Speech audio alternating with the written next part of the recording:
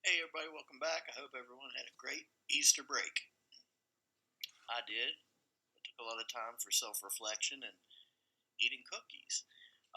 Today I wanted to talk about pages 262 to 264 in your book. In this case, factories need workers. The wartime has created opportunities for workers. The Allies in France and Great Britain need supplies, and the American factories are going to work non-stop to make them supplies. World War I had cut off immigration to new people coming to the United States. So we need a lot of new workers, and young men were often at war. So they couldn't work in the factories either because they were at war. If you look at the women at home during the war, you had over 1 million women join the workforce during World War I.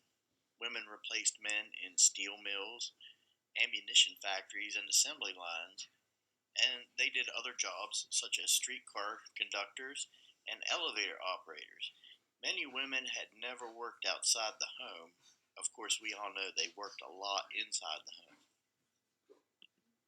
And also in Europe, women did a lot of jobs during the war. Although women were not allowed in combat, women served in the Red Cross. They were close to the action as nurses and ambulance drivers.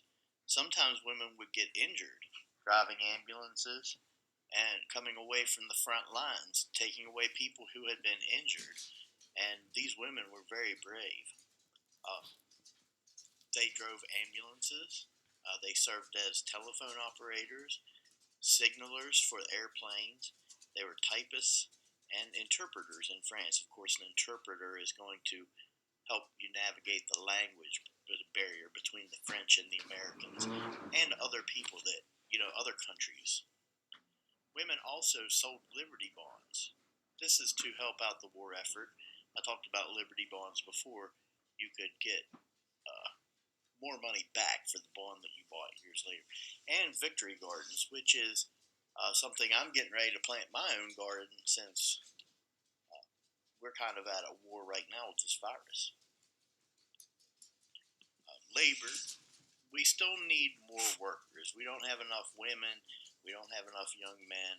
So a lot of people from the South, especially Mexican Americans and African Americans who lived in the South, are now once again coming to the northern cities to look for work. This was a great opportunity for a strike. Unionized workers would strike during the war, and usually their demands were met because there was a low amount of workers. In 1918, they established the National War Labor Board. This settled 1,000 labor disputes between management and workers. This was done by the government, so we had to make sure that the workers were working and they were happy. Usually, the War Labor Board would favor workers over management. They did three things: they established a minimum wage, they limited working hours, and they required fair pay for women, which are three things that we didn't have before this. And since now we have it, you can thank people who went on strike during the war. And a little thing called propaganda. We have propaganda for lots of things. It's almost like an advertisement. Art and literature that either support or do not support an idea. In this case, propaganda was in support of World War I. There were patriotic posters made and put up all over the United States.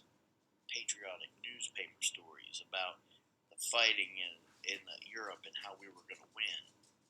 They would have movie stars speaking in favor of the war. These movie stars would make speeches. They would send out books and pamphlets to try to make you feel good about the war.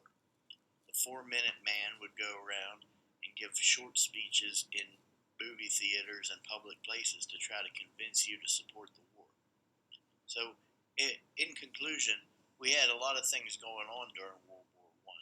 A lot of them had to do with labor, working to support the troops in the other nations, working to support your own troops going off to fight in the war. We had the work of women on the home front in the United States, and we had the work of women during wartime in Europe.